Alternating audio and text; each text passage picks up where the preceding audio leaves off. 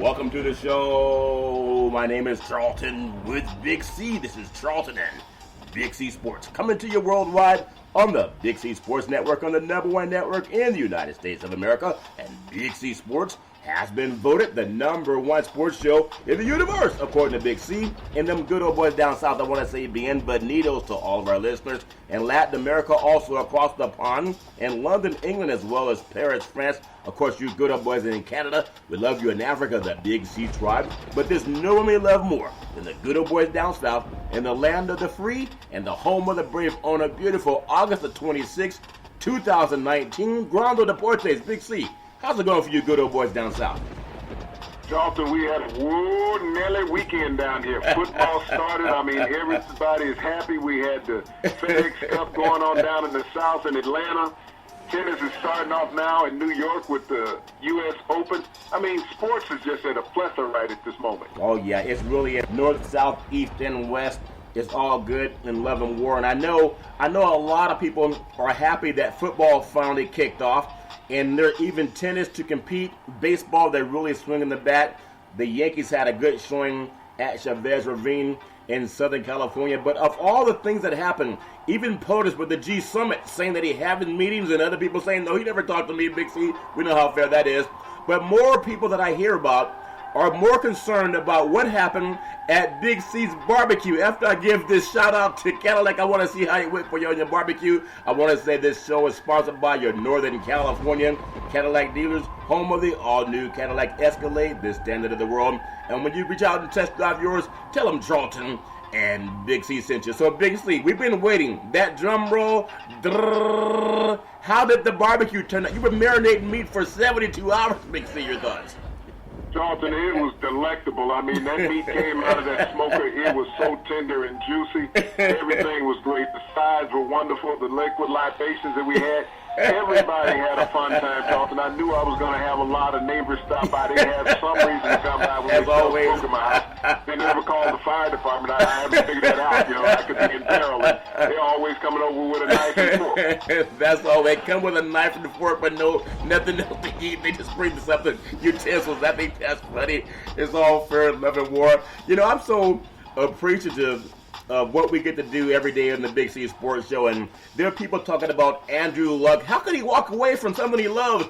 Well, people in relationship, they walk away from things they love all the time, Big C. So walking away from a job is nothing new, especially when you're rich. There's all kind of things going on in the sports universe. I do want to say, there are people going through issues in life, and we want to always pay homage to our military veterans. And so we give out a national hotline, and we give it out every single show, not just once a week.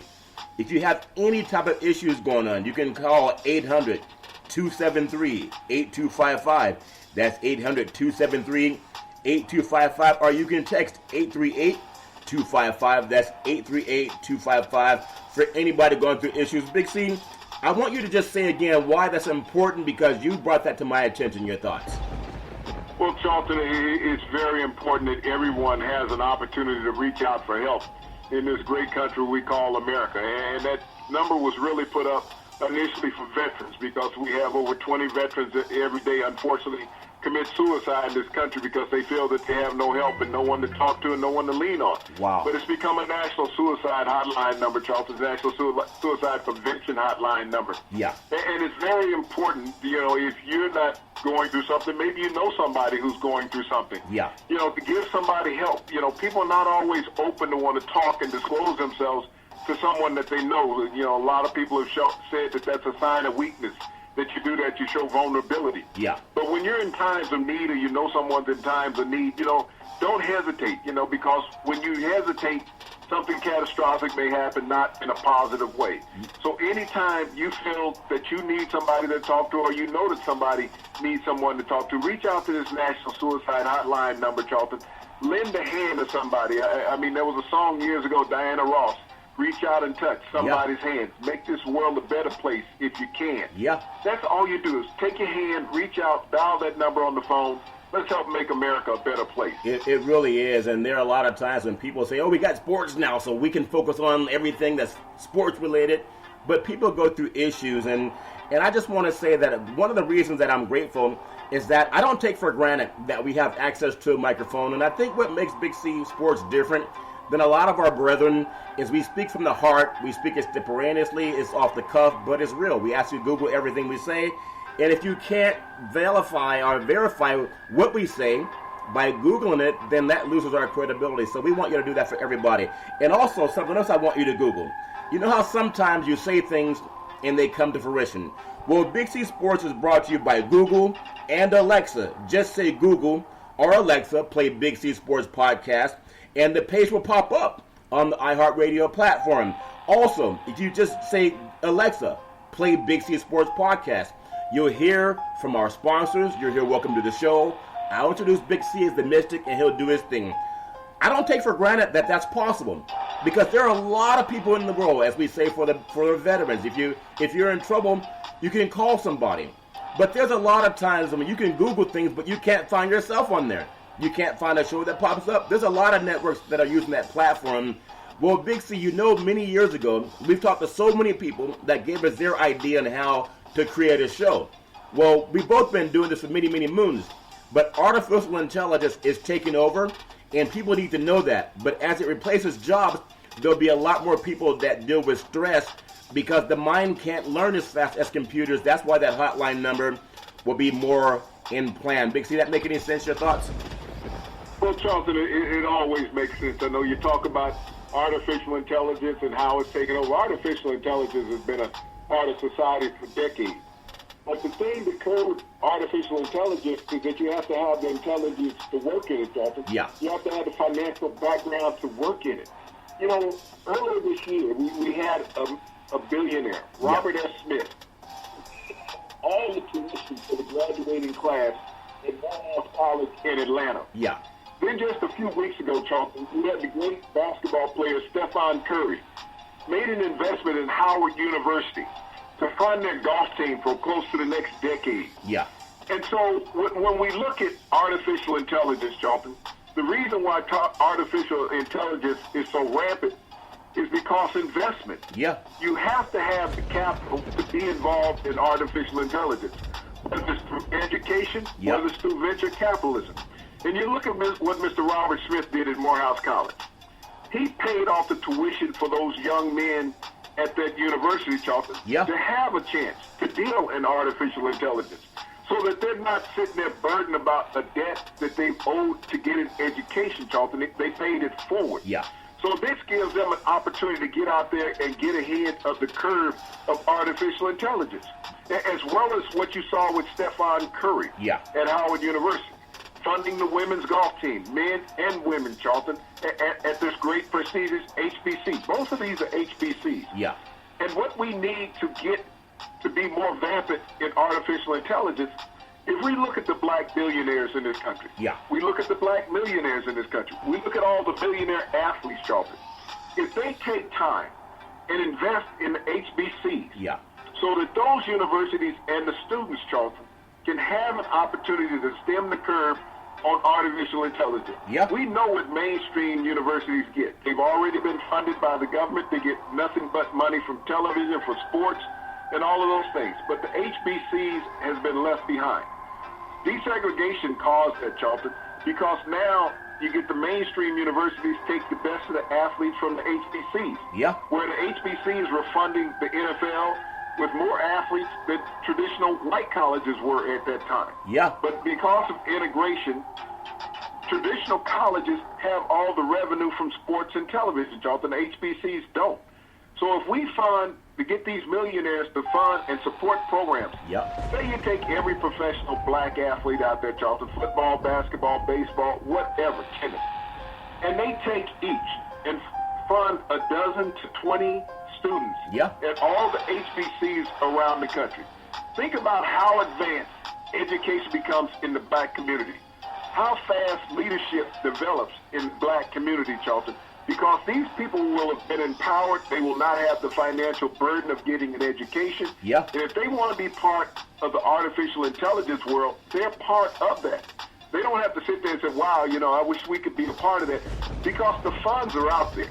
And these black millionaires, all these athletes, they get a tax write-off from doing this. Yep. So let's look at funding the black community in a proper way. Reach back to the HBCs, fund whatever technology programs you need to fund in these schools.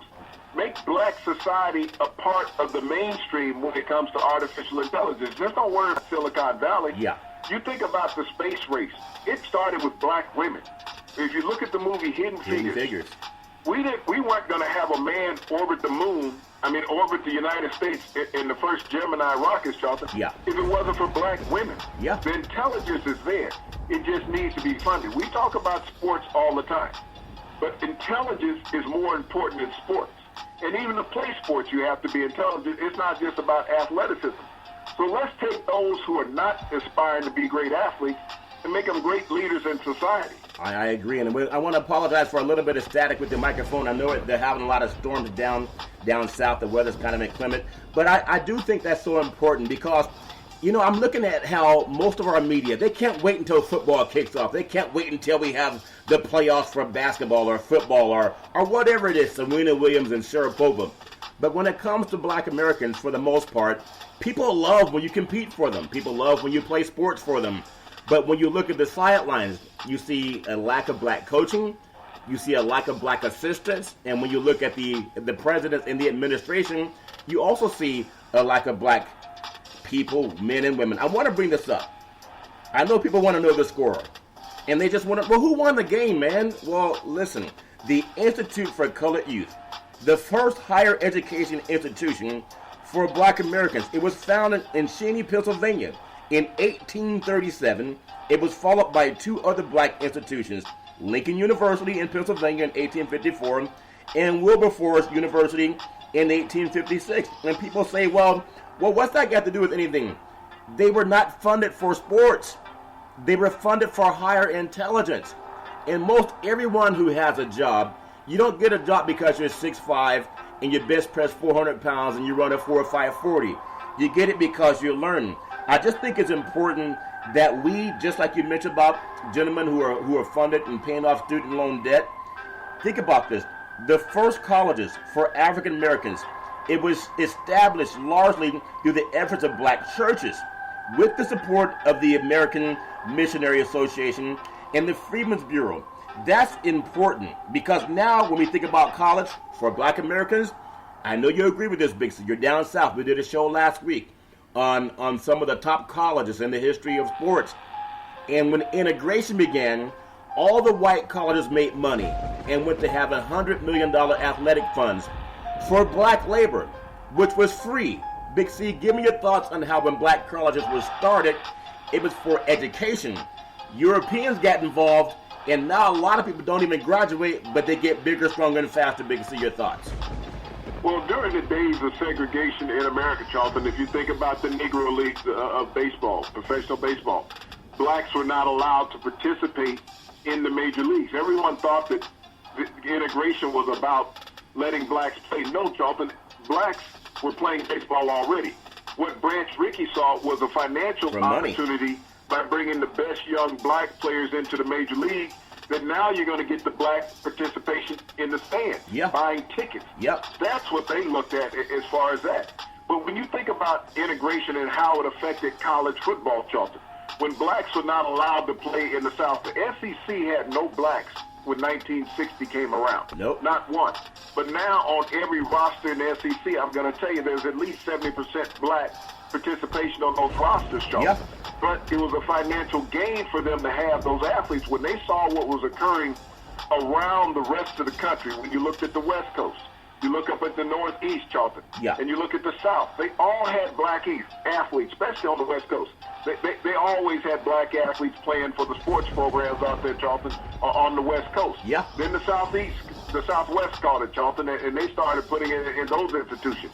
Up in the Midwest, they started having black athletes. The SEC was the last major conference of the Power Five to have black athletes. Yep. But they saw that they could no longer compete athletically, and because they could not compete athletically, that meant that they were not going to have economic gain, Charlton. So they knew that they need to have the superior black athletes on the rosters. Yeah. And so they integrated. Yeah. They brought them in begrudgingly. But it was an economic gain for them. But what lost in that were the HBCs, Yeah. historical black colleges. Yep. Those tremendous athletes who were being drafted by NFL teams who knew they could play, they were going to the historical black college, drafting those athletes, Charlton. Yep. Bringing them along. The NBA also got them, as well as Major League Baseball. Yeah. But when they started integrating, Charlton, what happened was the white traditional colleges are, let us take the best athletes. Let's offer them an opportunity. And so when that happened, Charlton, the great athletes were no longer going to the HBCs, and the funding fell off, Charlton, the Yep. participation in the crowds. But, you know, when we think about television would rather broadcast high school games across America Yeah. than broadcast HBCs. Think about if the major broadcast companies broadcast historical black college football games. They play every week just like mainstream colleges, just like the Power 5 conferences, Yep. just like the independents. Those athletes deserve recognition also. The NFL scouts them, the NBA scouts them, and they draft them every year. Yeah. But mainstream does not want you to know that great talent is down at the historical black colleges, so they don't put them on television. They spackle a game here and there. Right. But to have a full schedule, you know, you would think that historical black college football could compete with high school football in America. Of course You it have would. some of the greatest athletes that are there. Yeah. But mainstream discriminates against historical black colleges and will not broadcast those games. Well- Think about the economic gain that those athletes and those athletic foundations would have, Yeah. Charlton, if they could get some television revenue. They would make a playing surface even.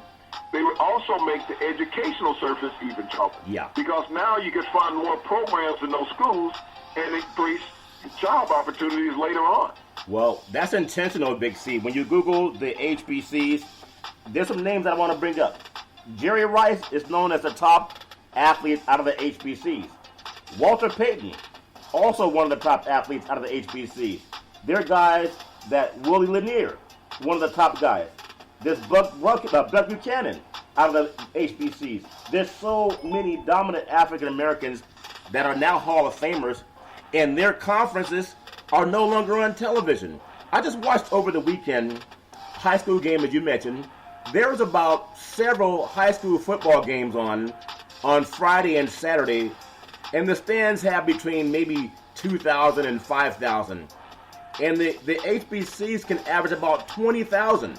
So for the eyeball test, when you're on TV and you go into a stadium, one side may have 6,000 fans, the visiting side may have 500. They lack the knowledge to show the larger crowd by putting the broadcast cameras on the opposite side to show the larger crowd. If you went to the HBCs, you're going to get 15 to 20,000 people. And many people have to understand, Eddie Robinson, the late Eddie Robinson, head coach of Grambling, he coached more black athletes that went onto the NFL than any white coach in the history of college football. And you would think that TV would say, wait a minute, there's a gold mine down there. Let's go down there and cover it. And that's not happening, Big C. We'll see schools like, Florida, and then Miami, and then we'll see high school programs. It's like, did someone realize they're missing the conferences that has produced more NFL talent as a conference than the major conferences together? Big C, your thoughts? Well, Charlton, I look at it twofold when I think about collusion.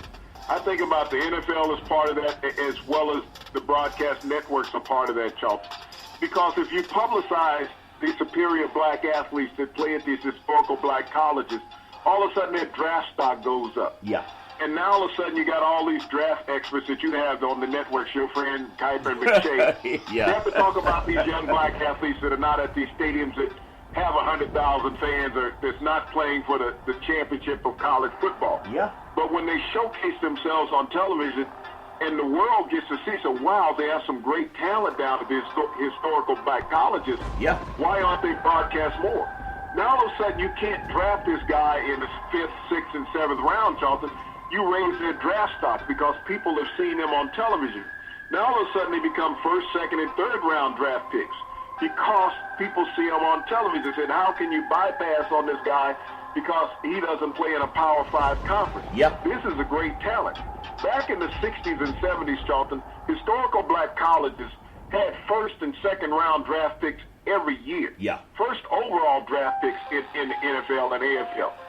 Not fifth or sixth first round. Number one. First overall draft pick. Yeah.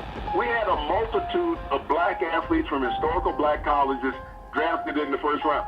That no longer occurs, Charlton, because they're not seen on television because of the Power 5 conferences are taking up all the television revenue. Yeah. Plus, it makes it cheaper to get these athletes into the NFL. You get a lot of them as free agents. They make the team. All of a sudden, you see guys pop up, and it's like, wow, where did he come from? Yeah. He played at a historical black college, but he was a fifth or sixth round draft pick. Teams know this, so they get a discount value on these black athletes. They don't have to pay it as much. You know, you got quarterbacks at historical black colleges played as well as any of those quarterbacks drafted in the first round, whether it was Murray, whether it was Jones, whether it was Haskins. Yeah. But they're never seen on television. You got them better than Locke, who was drafted in the second round, but they're never seen on television. Think about the great running backs that play at historical black colleges, Charlton, first and second round talent. Yep. But they go as fifth and sixth and free agents. That's what happens. Think about the great wide receivers. Look at the NFL Hall of Fame. See how many running wide receivers are in the NFL Hall of Fame from historical black colleges. See how many defensive backs in the NFL Hall of Fame. Running backs, defensive linemen that have come out of historical black colleges. Linebackers, Charlton. Yeah. Every position in the NFL except for quarterbacks, you have players from historical black colleges that are in the NFL Hall of Fame. But these colleges are never shown on television. Yep. And they have just as many players from that university level, historical black colleges, as you have from any white university in America. You can look at guys like Michael Strahan, played at Texas Southern. Willie Brown played at the great Willie Brown for the Raiders, played at Grambling. Ken Houston played at Prairie View A&M. You think about Lynn Barney, played at Jackson State. Leroy Kelly, Jackie Slater, out of Jackson State. Emmett Thomas. I mean, there's so many great players that are just household Hall of Fame names. Mel Blount with the steel curtain with the Pittsburgh Steelers. Marion Motley, Willie Davis. There's so many. Art Shell, former coach of the Raiders. But these programs, you would think, just as you do a high school game, if you're the major networks, Big C Sports is the only network that will talk about it. Google it. You can't find some of these major networks that will go find a high school football game where 5,000 people are in the stands and they don't know the history of the majority of the migration from the South that went to the NFL. They came from black colleges. I mean, if you don't know that, you got to Google it. I want to bring up one more thing. It's big in Northern California, and Big C Sports might be the only network in the universe that will talk about it. Michael Harris, Tuesday, August 27, 2019, in the California State Capitol, room 126, from 1 to 3 p.m. It's an historic experience. Informational hearing focused on expanding the mutually beneficial Pan-Africa and Caribbean trade for people who read the Bible. The Genesis 15, 12 through 14. Big C, it talked about 400 years.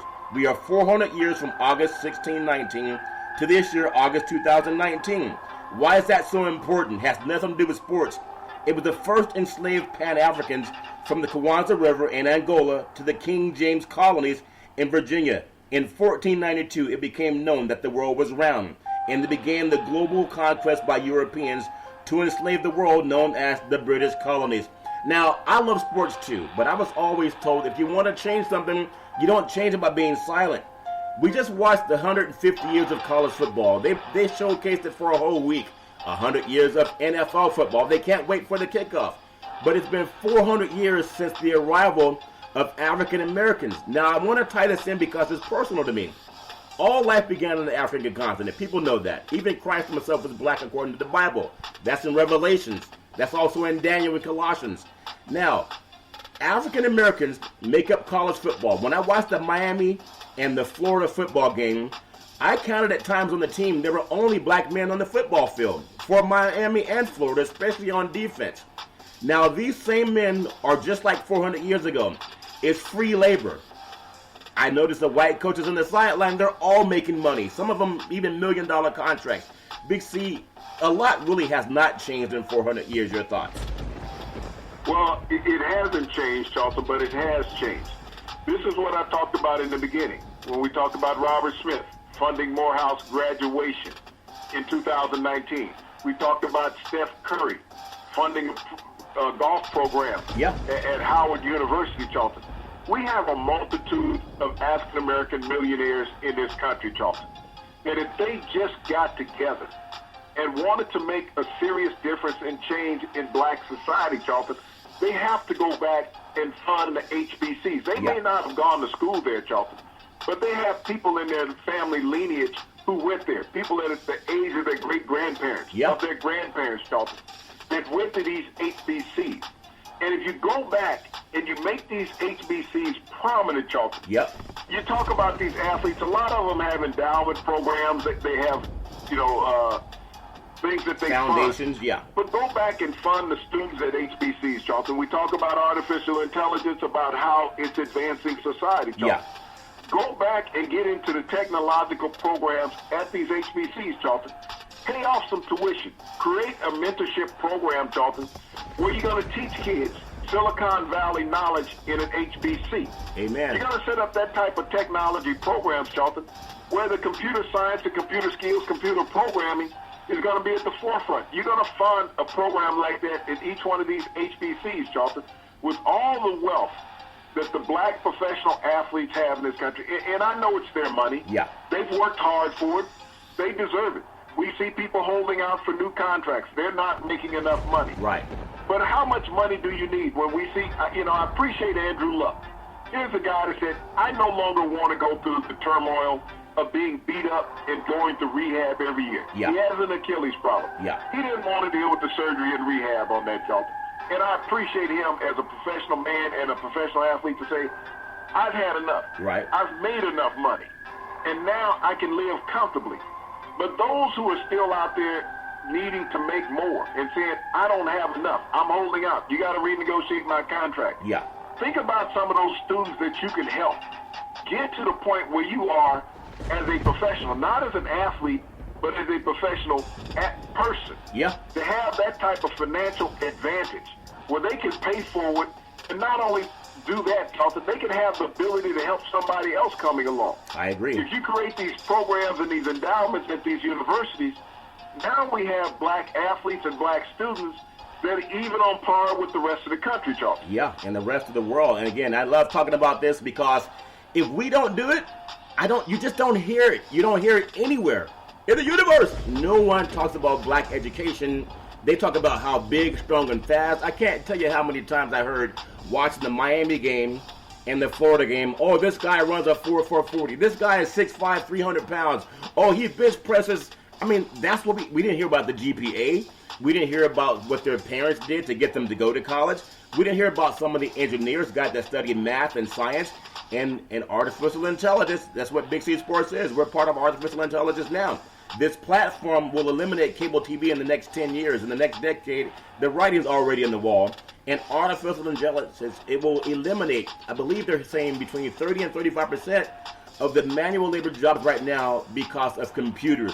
That's how Google got so big. That's how Amazon got so big. So I want to just make sure that we're never like the other people. I want to be a trailblazer. Google W.E.B. Du Bois. Some people say W.E.B. Du Bois. But he wrote a book called The Souls of Black Folks. And it focused on what's called the talented 10th in society. It was written in 1903. Now, Du Bois was a civil rights leader, an activist, a writer, an educator, a scholar. He was very present, forward-thinking man. And we're still talking about his book over 100 years after it was released.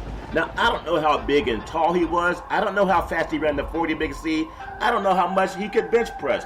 But when you let mainstream shape the future of black Americans, there's no push to get us into math, science, history, and literature. It's only about getting bigger, stronger, and faster. And maybe you won't get CTE, but you're going to suffer some problems. And I just refuse to be that kind of program. I know many people can listen to Big C Sports and say, man, you didn't tell me who won the game. You can Google who won the game, but I don't want to be a part of that dumbing down of black society and hoping that we're just athletes. Last thing I'll say before we go to the Big C timeout. And why what we're saying is so present, even if you're mainstream, we have the Global Summit going on right now across the pond. I mean, we're talking about world leaders deciding what's going to happen with the economies around the world. And when you think about it, there's some African-looking men there at the summit also from different countries. But I refuse to not be able to talk about that too. I want our young black men and women to do that. But I have a test for mainstream. If you listen to Big C Sports anywhere in the universe, I want you to be serious about this. Look around your company. Take your eye off TV for a second. Look around your company. How diverse is your workforce?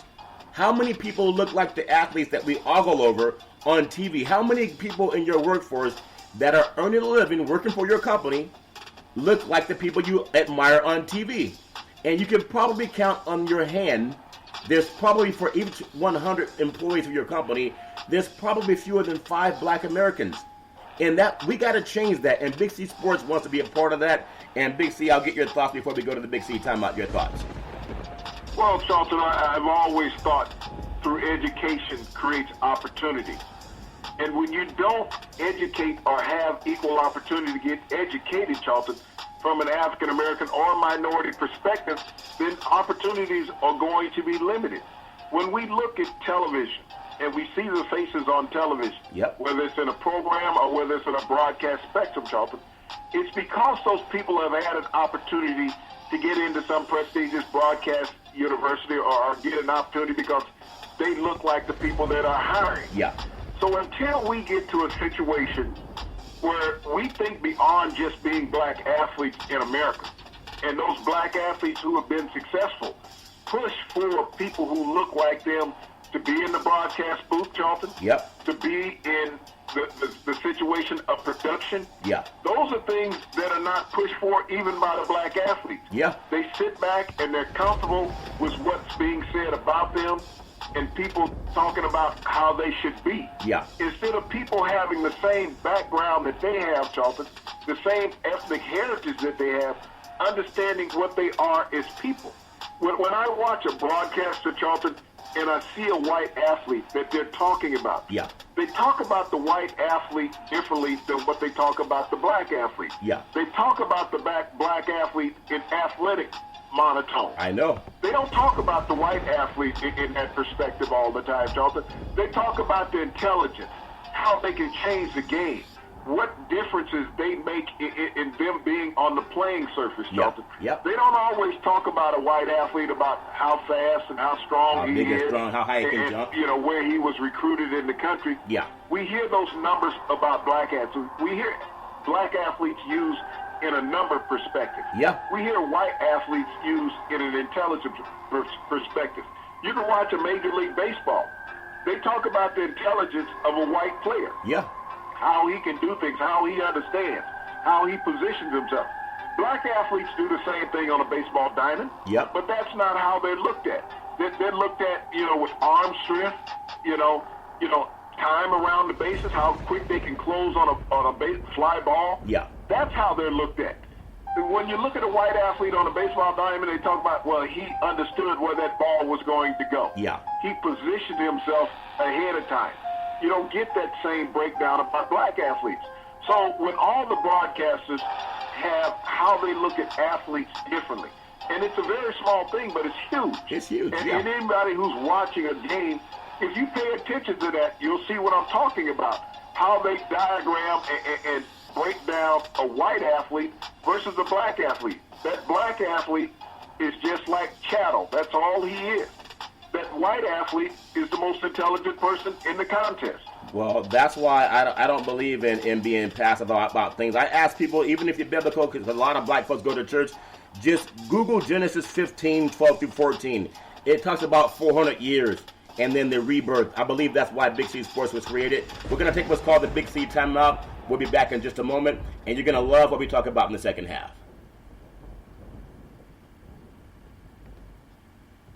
All right, we are back from the Big C timeout on Big C Sports, and I'm so passionate about what we talk about, and you don't have to like it. I would just ask that you Google it. It's so important that we become a Google society, an information society, and you don't have to go home and buy the newspaper that are becoming extinct.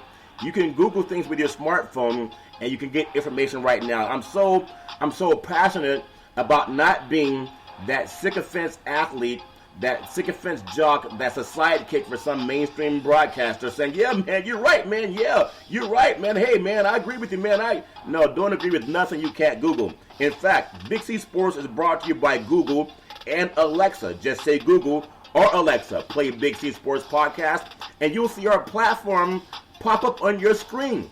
That's artificial intelligence. It's made possible by our sponsors. If you want to say, Alexa, play Big C Sports Podcast, you'll hear from our sponsors. You'll hear welcome to the show. I'll introduce Big C as the Mystic, and he'll do his thing. And I really appreciate that. I just want to encourage, for every one of our mainstream brethren, you know if you look around you, most everyone in your workforce is white. That means they have a paycheck. Where are the black men if they're not playing sports in your organization? Are you advocating for equality in the workforce, or you just can't wait to go out and watch somebody score a touchdown, dribble a basketball, hit a home run? I refuse to be like that. But I appreciate sports too. It takes people of courage to speak like we do. I want to pay courage to a gentleman by the name of Bruce Bochy. If you think of the most career games managed in Major League Baseball history, Bruce Bochy is on that list of 4,000 games, Big C. You think about number 7 place, Sparky Anderson with 4,030. Number 6 on the list, Joe Torre, 4,329. Number 5, Bucky Harris, 4,410 games. Number 4, Bobby Cox, 4,508. Number 3 is John McGraw, 4,769 games. Number 2, the great Tony La Russa, 5,097 games. And I don't think anyone will ever catch the great Connie Mack, 7,755 games managed as a manager in Major League Baseball. Big C, your thoughts? Well, Charlton, to reach those milestones, especially in this era of let's turn over the managers every other year because they haven't gotten to the World Series, Bruce Bochy has been a winner there in San Francisco. He has 3 World Series championships during his tenure, but to reach that 4,000 games managed milestone, that's something rare when we think about professionals, coaches, and managers this day and age. Everything is about we need instant gratification. Yep. And if you haven't brought me a championship in 3 to 5 years, we're going to replace you. Some organizations keep people around 1 year, Charles, because so disgruntled about what they've got. Yeah. But to be a professional athlete, be a manager or a coach of these athletes, Charlton, you got to think about all the different personalities you have to manage. You know, nowadays, not just being a coach or a manager, you have to be a psychologist. Yeah. Because you have to go in and you have to manage all these personalities. These personalities are fighting with management, wanting more money, wanting to be traded, disgruntledness. All the time. It's not about athletes just being happy playing. Yeah. And you got to deal with these guys with these contracts and injuries. So all of these things you have to put together. You have to manage these grown men who are playing a little boy's game. And Bruce Bochy has been masterful at doing that, Charlton. Getting the Giants from the doldrums back to their heyday period and then winning all those titles. Yeah, 3 titles in a decade. That's really amazing. Congratulations to the great Bruce Bochy. Major League Baseball, I want to get your feeling because I told you, I'm kind of sensitive sometimes. I don't know what it is. I've been eating so much salad. I've lost weight. I'm getting a 6-pack back, Big C. I used to have 6% body fat. Maybe I got more push-ups and sit-ups to do. But I'm changing my diet, and it changes my mentality. I'm not very patient anymore, Big C.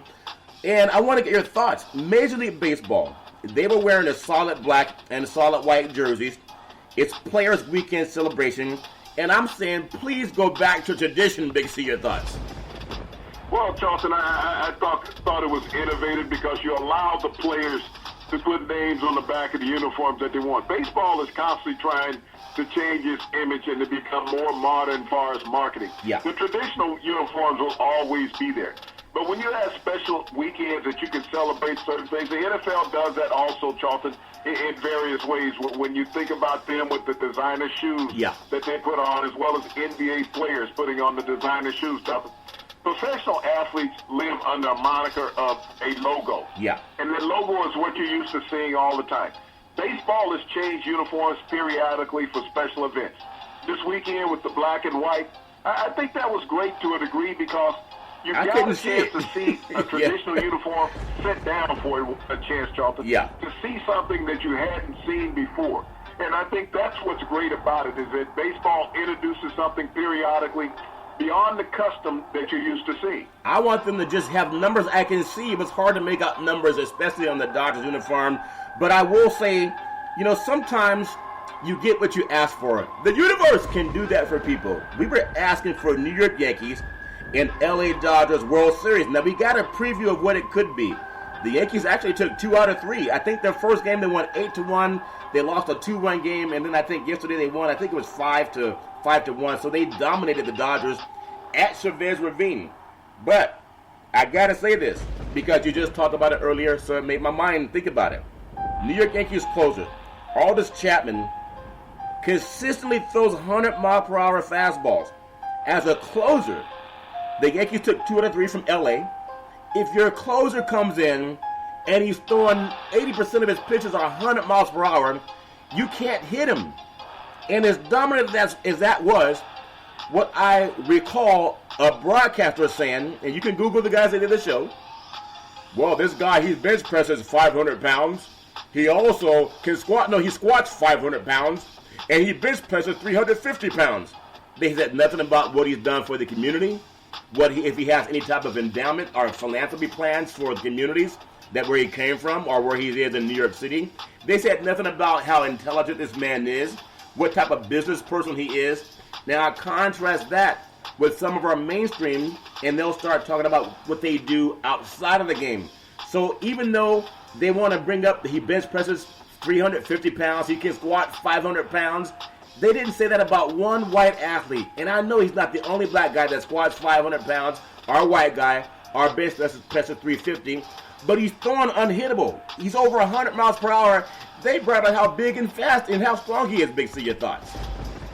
Well, that's what we talked about earlier. That's the diagram you get of the black athlete. You don't get about their philanthropy that they have outside the game of baseball, Charlton. You don't get about their community service. You don't get about how they reach back to the countries they're from.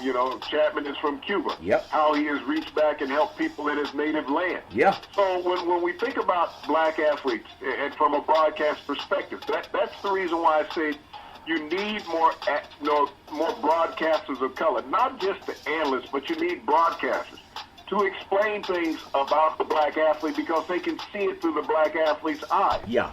The world and America has been taught that black athletes are just performers. Yeah. They're not people. They're basically machines, and they should be happy. And we often only hear about black athletes when they're in a contract dispute. Yeah. The major thing out there is that you don't get white athletes in a contract dispute. Teams just pay them. When you look at these white quarterbacks, there's no hesitation about paying them. No. Philadelphia had no problem playing Carson Wentz. He was drafted in the same year as Dak Prescott, even though his record is not as impressive as Dak Prescott. No. But, these are the things that you get. You have no problem signing these white quarterbacks to $100 million quarterback contracts. You hear black quarterbacks, well, you need to give them a home discount. Yeah. That's what you need to give them. Yeah. Let's think about it later on down the road. Let's see how many more games you keep winning before we give you a new contract. Yeah. So when we have the broadcasters who are not advocating for black athletes as people, just as statistical numbers, this is the reason why you have the discrepancy. Just like when we talked about not broadcasting historical black college games or basketball games. Because if you let society see these superior athletes playing at these smaller universities, their stock goes up. Their draft value goes up. Yep. Their financial dividends on being drafted goes up, Charlton. So you want to keep that down and keep it oppressed. So as you don't advocate for black athletes as broadcasters, this is what you get. You only get to talk about what they can do physically. Yeah, and we won't let that happen on Big C Sports. And I guess for every person that's an employer, please do this test. And it's a Big C test. Whenever you get hungry, I want you to think of Big C Sports. Whenever you want to Google something, I want you to think Big C Sports. If you ever ask Alexa or Siri, I want you to think of Big C Sports. And when you do this, I want you to think of Big C Sports. Look around your workforce right now. Just take 5 seconds. Look around your workforce. How many people of color do you see that your employer has hired? Just do that. And then see if that's okay with you or not. Because you love it when we're on TV. Tonight's baseball schedule from Monday, August 26th. St. Louis at Milwaukee, Pittsburgh at Philadelphia, Cincinnati at Miami, Oakland A's at Kansas City, Arizona at San Francisco, the great Bruce Bochy, the New York Yankees at Seattle. They stay on the West Coast. And the LA Dodgers at San Diego. They got to really lick their wounds from what happened against the Yankees. They scored 2 runs, actually 4 runs, at Chavez Ravine against the Yankees. 4 runs in 3 games, that's not good. Atlanta is at Colorado. So I know everybody can say, well, depending on what week you have and who's pitching on the mound, things can go either way. But I really thought the Yankees did a good job coming to the West Coast after being swept by the A's, taking 2 out of 3 for the Dodgers. Big C, Little League Baseball, World Series, Louisiana defeated Carousel to win the Little League World Series championship. And I thought that was great for little kids because many of those same young players, they may go into high school, but they may not go to college. This might be the only time in their life that they've had some national attention given to a game that they love so much. Big C, your thoughts? Well, it's become a tradition like none other, the Little League World Series down in Williamsport, Pennsylvania, Charlton. And it's great to see an American team, for once, win it, in some time. Yeah. We've seen that the Little League World Series dominated by Asian countries, Charlton, and some of the South American countries. Yeah. It's great that America could put a team together that compete on the world stage. And we've seen over the history of the Little League World Series, Charlton, so many of the participants in that great game, Charlton, go on and play in the major leagues. I've seen dozens of major leaguers come out of the Little League World Series over the decades, Charlton. But it's just a great atmosphere for those young men and girls that have played down there in Williamsport, Charlton, to sit there in front of a crowd of thousands for a week of festivities and also be on national television. And sometimes you become a world-renowned hero, Charlton, for your accolades in that game. And speaking of world-renowned, down south where the weather's kind of bad, it was so bad they actually had a storm delay because lightning was hitting the golf course down there in Georgia. And so for the Tour Championship in Atlanta, Georgia, you look at McIlroy, the champion, and he won $15 million. He finished 18 under, and Schauffele was 14 under. Koepka was minus 13. And then Thomas went in with a 2-shot lead, but he finished 13 under. And then Casey and Scott finished at 9 and 8. But I want to get your thoughts on something. And I think I saw a glimpse of what can make golf good. I mean, golf is good, but it's not Tiger Woods good. It's like Kool-Aid is good, but it's not like when you were a kid good, Big C. So when I saw what happened with McIlroy, last year when Tiger won, and you had that sea of people that followed him, and it was amazing. It was like Moses parting the Red Sea. And then McIlroy said that he wanted to challenge himself more because he didn't feel that he challenged Tiger as much as he could have last year. Maybe he did, maybe he didn't. But he'll win $15 million at the tournament. I think golf is onto something here. If you look at what Koepka did, known as maybe the best golfer right now, I know they tried to do it with Spieth. They tried to do it with Johnson. It used to be Phil and Tiger. That would make people stop what they're doing to make watching that tournament, at least on the weekends, must-see TV. What I see McIlroy doing after he won, unlike Tiger, he's not taking a week off. He's not taking a month off. He got on a plane and he flew across the pond to play another tournament. Big C, your thoughts? Well, this is the thing I've said about Tiger consistently, is that Tiger isn't engaged in golf, Charlton. I mean, everybody wants to see Tiger play. Tiger's like that old girlfriend that you had. You still fantasize about how good she was, how good she looked, but things change. She's gotten older. You can think about how she looked 20 years ago, but she may not look that same now. Wow. So that's the relationship that the world and society has with Tiger Woods, is that they fantasize about how he looked 20 years ago, Charlton. Wow. His productivity is no longer the same. Rory McIlroy is engaged. He's at the height of his career. Yeah. And he, just like every top 10 golfer on the circuit, Charlton, they're playing consistently. This is the reason why you stay in the top 10. Yeah. Tiger is not going to enamor anybody any longer with his great athleticism that he once possessed. No. Time caught up with him, as it does everybody. It's the one thing in sports that hasn't been defeated. Father Time. Yeah. It's there. Yeah. And Tiger has had him creep up to his back door and say, hey, I'm here. So when I think about what Roy did over the weekend, coming from behind and taking this FedEx Cup, he accomplished something that only Tiger had done before. Now he and Tiger have won it twice. Tiger's won it more than that. Yeah. He is the only two-time winner other than Tiger at the FedEx Cup. Yeah. And his $15 million payday. I'll take it. What a great weekend, even though it's an annuity and he can't touch it for at least 10 years, depending on how he wants to put it out, Charlton. Yeah. But I want to go back and give thanks to Tiger about the FedEx Cup. Yeah. Everybody heard about the lightning strike in Atlanta, and there were six people injured, Charlton, that were out there watching the golf tournament. Right. thanks to Tiger Woods, Charlton, attendance was down. Thanks to Tiger Woods not being there. Yeah. So I want to give Tiger a debt and a thanks of gratitude for not being there, because he may have saved some lives, Charlton. Can you think about the crowd that was there last year? I know it. When Tiger was playing on Saturday? Yep. And if Tiger Woods had been there, that crowd would have been twice as many population-wise as it was this past weekend. Yeah. So I want to, send out a thanks of gratitude to Tiger Woods for not being in Atlanta at the FedEx Cup, because he potentially saved lives, Charlton, by not being there with that lightning strike. Well, that's a very good point, Big C. But I gotta say something, because I know a lot of women in California that will say, "Hey, wait a minute, what did Big C say?"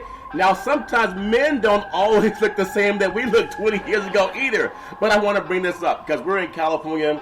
We're part of the Me Too movement, where the Kamala Harris or whoever it is that's out here that's very politically inclined, and Barbara Boxer, everybody in California is doing something. And why are women and men and other athletes appearing to be semi-naked, say in a Sports Illustrated body issue? And I'm being partly flippant, but partly serious. We know that Walton has an allegation, the Sacramento Kings head coach, they dropped that.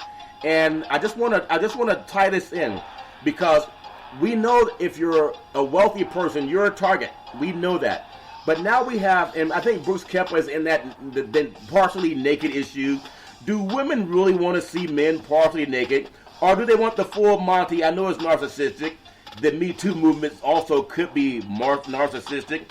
But Hugh Hefner made a multi-million-dollar empire out of Playboy magazine. I think these would be a Playgirl magazine too. But our society is different. We have POTUS with his sexual assault allegations. And we know with all these men, with Robert Kraft doing his thing, paying for girls and all the stuff that goes on. I'm not saying I'm naive. But with the Me Too movement, we have women running to be the president of the United States. And now we have a guy like Brooks Koepka posing in the body issue, as well as other people. Is that being narcissistic or insensitive? Because women still go through assault. I think every 20 seconds in this country, a woman is sexually assaulted. Now we put people partly naked in a magazine, and we try to glamorize it. Am I getting too good off my lawn, Big C? Your thoughts? Yes, you are, Charlton. I mean, that's always been in society ever since print has been out there. If you think about the vaudeville days, years ago, Charlton, that's always been. Skin and flesh always sells. Publications are not out there as they were in the 60s and 70s, even 80s, Charlton. There's a thing called the internet. Yeah. The number one financial business on the internet, Charlton, is skin. Yeah. When you think about it, it's skin. It's seeing bodies, seeing exposed bodies. That is the number one generator of revenue of media, Charlton, in America. Yeah. When you think about it, and so when you see it, a magazine, and you see with athletes in there, and it's done tastefully, that's the difference. Yeah. It's done tastefully. It's done as art, Charlton. It's not doing anything over the top. Yeah. So when you think about these athletes have worked thousands and thousands of hours, Charlton, to have their bodies look this way. Yeah. And they're appreciative of it, Charlton, and they don't mind showing it off. That's the thing you have to look at. This is not exploitation. Yeah. This is something that somebody is proud of doing, Charlton. Well, it's different when we think about human trafficking. Yeah. And we see these people being denigrated on these internet and other publications, Charlton. Yeah. That's different. That's exploitation. But when I see these athletes, hell, half the time I sit around and do the show naked. So I mean, if we were on TV, you think about what people would think at that point. So, I mean, I'm proud of how I look, and I'm an old man. Yeah. I worked hard over the years to get to a certain body type, and I was always proud of that. I mean, you think about athletes. Every male athlete walks around in a locker room nude, especially when they go take a shower, Charlton. Yeah. So they're not worried about what somebody looks at or what somebody thinks about. Female athletes do the same thing when you think about sports teams. Yeah. Basketball, volleyball, baseball. They all go in and shout. They're not ashamed of how they look physically. I don't think many people are ashamed of how they look physically. People are judged by what public perception is. Yeah. But as a person, you have to be confident of your inner self and outer self. Very well said. And you said. have to get up and live with yourself every day. You can't be concerned about what public persona is about you on your image. let me bring up this point because I hear a lot of people say things that won't be said on television. I know tonight, U.S. Open Day 1, women's tennis, Serena Williams versus Maria Sharapova tonight. New York City already underway. We don't talk about who won because it's not fair to people who devo and do all that and DVR that stuff. But it will move the needle. Now, Serena Williams is already an iconic sports figure. She's just one Grand Slam away from tying Margaret Borg for the most all-time, which would be number 24. What would that mean to her? This is the 22nd time that Sharapova and Williams will have met, and Sharapova's also won the 5 majors. But when you think about how dominant Serena Williams has been in this this tennis tournament, think about her. She's won 18 consecutive matches versus Sharapova. But there's also, I'm just being real, there are people with the Madison Avenue image. Even though Sharapova loses more, Serena wins more, there are many good old boys that will put Sharapova on more print magazines for losing compared to Venus, Big C. Your thoughts? Well, it's what society has always been. You know, you're not going to change that because you have one champion, Charles. Yeah. You have one African-American who's dominated. You got to think about tennis in its totality. Yeah. Who has dominated tennis in its totality? It's been Anglo women, Charles. They've been the forefront because African-Americans didn't have the financial to get into that industry, Charles. Yeah. They didn't have the training. They didn't have the institutions to go get into at a young age. When you think about the Williams sisters, they were taught by their father. And he taught different techniques than what you were going to get at a tennis academy. Yeah. So that's been the difference. You know, it's just like I talked earlier in the program about black athletes going back, reinvesting in historical black colleges, Charlton. If they did that, then that levels the playing field. Yeah. Because now they'll have the same equipment, the same technology that mainstream has to go out and get better in their youth. Yeah. And so as black society, as the ones who are wealthy, who don't put back in to help those who don't have, Charlton, then you can't get that. So blacks are just as important in creating equality on Madison Avenue as whites are, Charlton. Yeah, and I believe that's why Big C Sports is part of that, and you can Google it. No one talks like we do. I'm not saying that we're the only ones, but I know that we are the only ones because I don't hear it, and anyone in the universe listen to sports programs that tell you to Google like we do, because it comes with being enlightened, to be erudite, well-read, articulate. We have to enunciate those things so people can start doing it. And I'm really speaking to our own people, but I'm also speaking to mainstream. Big C, I know we talked a little bit about Andrew Luck retiring from the NFL because of injuries, and I understand that. I wish the man nothing but the best out of Stanford University. But there's another player, when you think about it, Houston running back, I think Lamar Miller, he tore an ACL in the preseason. He's out for a year. I believe Andrew Luck, if he gets healthy again mentally, he can come back.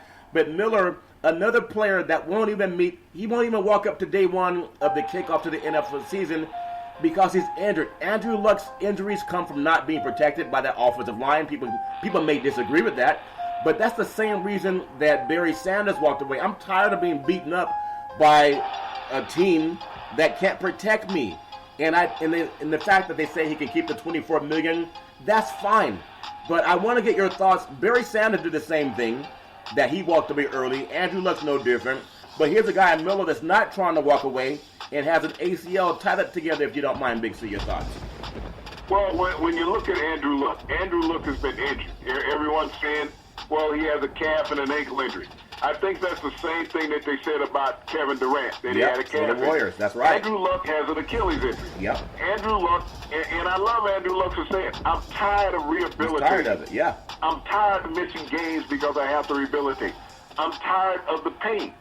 Athletes go through pain all the time. Andrew Luck just happened to be a notable white athlete that really pissed off the media. Yeah. Basically what he did. Yeah. How can you walk away from the game? There was a broadcast that said Andrew Luck was a coward and weak because he didn't want to deal with the pain.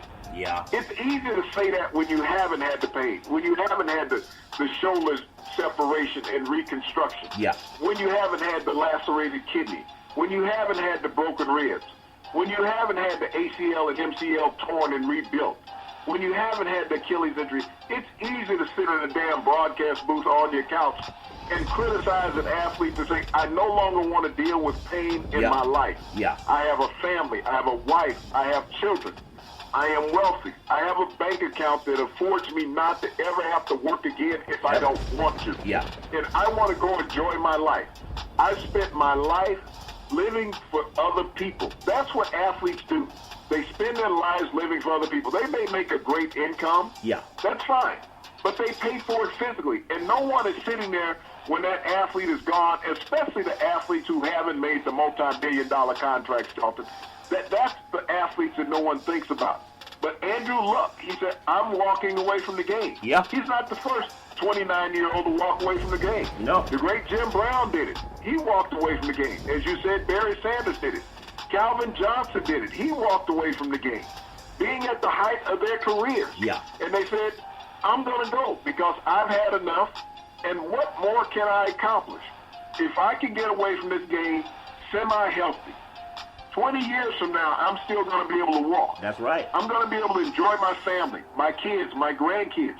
That's what I'm looking at. Not sitting here to see how many more touchdowns I can throw, how many more games I can win. Right. There's never a guarantee of getting to the Super Bowl. And at 29 years old and he's looking across the table of the league, his chances of getting there are very slim. Yeah. That's what he was thinking about. His team, his owner, who hasn't done enough to protect him over his career. No. He's looking at how many more of these massive injuries can I withstand? I'm just going to go home and enjoy myself. You know, there's a former football player and great broadcaster, Tim Green, who has ALS now. He thinks it's contributed to because of TTE when he played just about 2 decades ago, 2.5 decades ago. And, I mean, I just wish him nothing but the best. It was a story that I saw on 60 Minutes, and he wished if he had technology of today back then, he wouldn't go through those issues. But everybody has to Google something. You know, we talked about this meeting coming up at the state capitol in California tomorrow between 1 and 3 in room 126. It's about trade. We talked about the G7. We talked about what's happening for employment for black Americans, how mainstream loves you when you got a uniform on. But when you can't play anymore, do they love you when you're applying for work? That's so important. I will not be a sycophant. We talked about baseball and how baseball's still swinging the bat. A lot of guys hitting home runs. Football's getting ready to kick off. And a lot of our stars are injured or retiring. We still wish them nothing but the best. And I think that's so important that we do that. You can follow Big C Sports 24 hours a day, 7 days a week on the #1 podcast network in the universe on iHeartRadio Podcast. You can follow Big C Sports on Google Podcast. You can follow Big C Sports on Xfinity Comcast. If you have a television set in your home, you can follow us there. You can follow us on Spreaker. You can find us on YouTube. What I really like is the app by Alexa. You just say, Alexa, play Big C Sports Podcast. You'll hear from our sponsors. You'll hear welcome to the show. I'll introduce Big C as the Mystic, and he'll do his thing, and I really appreciate our sponsors for their support. So I was told as a kid, if you got a problem, be a part of the solution. Don't just talk about it, and don't ask somebody else to fix it. You fix it. That's what Big C Sports wants to do. That's why we're never just going to read your scores when you come on to Big C Sports. You can go to other guys for that. But I hope that parents, when you want your kids to learn something, teach them to Google. If they're going to watch sports, tell them about Big C Sports. It's just an hour a day. I guarantee you'll learn something. Big C, back in the day, there was a man by the name of Drew Boudini Brown. He was known as Muhammad Ali's right-hand man, and he would always tell Ali, with all you got to use, how can you lose? Rumble, young man, rumble. Big C, what are you looking forward to in the sports universe? Well, Charleston, I would love what we talked about tonight to resonate in the minds and the hearts of the rich millionaire black athletes and also corporate America's billionaires. Yeah. Invest in HBCs, not just in the athletes, but in the students. Make them a part of mainstream. Bring them up to speed. Get them into this world that you're talking about of modern technology and artificial intelligence, Charlton. Don't worry about them just being an athlete. Worry about them being effective and part of mainstream society. You have to do it. And if you don't have the guts, just listen to Big C. And out of the mouth, the heart, will you be heard? Big C every Monday through Friday at 5 and 6 p.m. worldwide. Follow Big C Sports on the Big C Sports Network, on the #1 network in the United States of America. And Big C Sports has been voted the #1 sports show in the universe, according to Big C. And them good old boys down south, as we always tell you, there's never, ever an excuse for domestic violence. If you know any man or woman gone through that garbage, please pick up the phone and call 911, because no man or woman should ever have to go through that garbage on their own. And as we always tell you on every Big C Sports Show, we thank you, we appreciate you, and we hope that you have a super fantastic day.